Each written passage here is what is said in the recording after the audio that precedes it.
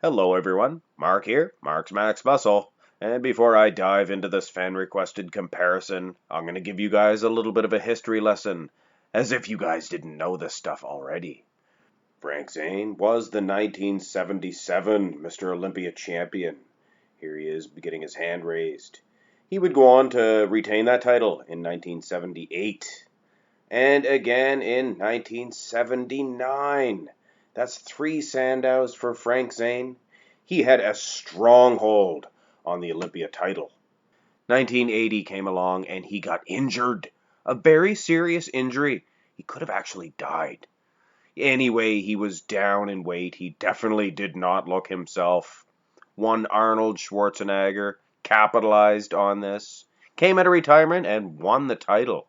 In the confusion, Chris Dickerson actually placed ahead of Zane. He placed second that year. Fast forward to 1981, and Frank Zane took his ball and went home. Several bodybuilders actually boycotted that year, but not Chris Dickerson. He placed second once again, and it was just as political this year. Of course, Franco Columbu, Arnold's best friend, he came out of retirement this year and won. So in 1982, Chris Dickerson finally won his title, with no returning Arnold or Franco Columbu. Frank Zane actually did compete that year, but some say he never did quite get his 1970s form back.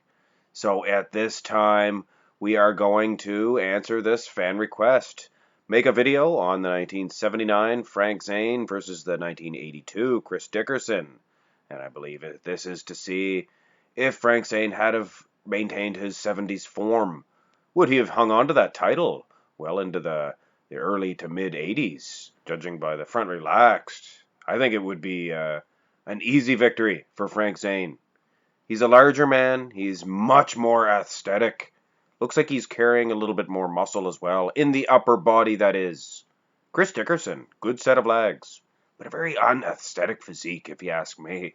Generally, a smaller man like that would either carry a lot of muscle or be extremely aesthetic, and Chris, honestly, is neither. Now, it is fair to warn you, I don't have all of the poses, all of the mandatory shots, but we're going to go with what we have. The front double bicep, no doubt. There'd be nobody that would pick Chris Dickerson. Look at that torn up, beat up old bicep of his. Man, that left bicep, it's worse than Tom Platz's. And how come Tom Platz was deducted points because of his bicep?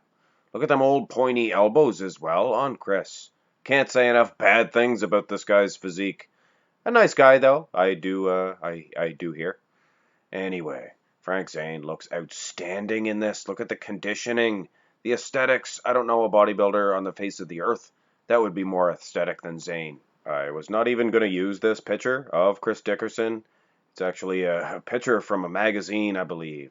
So it's almost ridiculous to actually use a shot like this. I can almost hear you guys at home right now saying, "But Max Muscle, don't use that picture.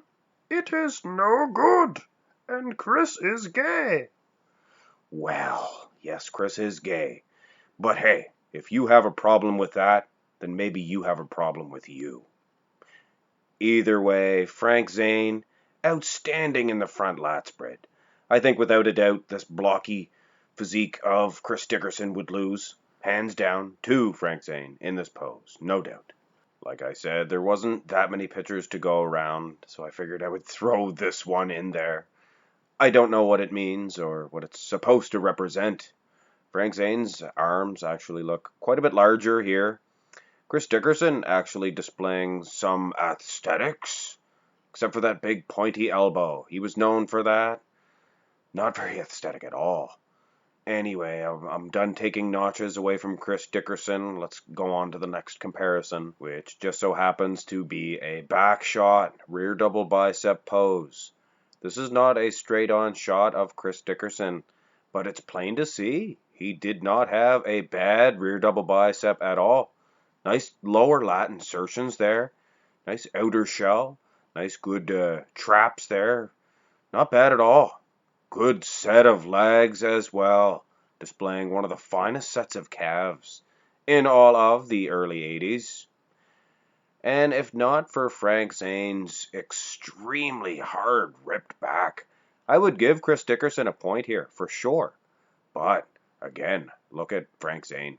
Have you ever seen such a ripped, strided, just stone physique here in the back development?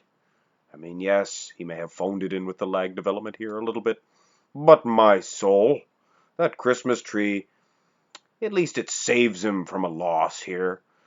I don't know if he's winning, but sure is close here. Chris Dickerson, I must say, give him props. He has a good back. I do not believe in any way, shape, or form Chris Dickerson would ever be able to touch Frank Zane here in this ab and thigh pose, or the vacuum, or whatever. I mean, Frank Zane is capable of a fantastic ab and thigh as well, but I figured I would show the vacuum. Well, okay, Chris, you can show this one here if you want, a little bit more fancy, but still, nothing doing. Frank Zane, ladies and gentlemen, judging by these pictures here, he would be the reigning 1980, 1981, and 1982 Mr. Olympia champion had it not been for the returning Arnold Schwarzenegger, Franco Columbu, and of course, had it not been for that injury. And I think it all stems from that injury. If he hadn't have been hurt, I don't think Arnold would have smelt that blood in the water. He would have stayed home. He would have let Frank have his Mr. Olympia title. Who knows? He could have been going head to head against Lee Haney for the title. That would have been a good one. A nice prime Frank Zane versus Lee Haney. Anyway, ladies and gentlemen, hope you enjoyed the video. Give it a thumbs up if you did, and subscribe if you have not already. Have a great day.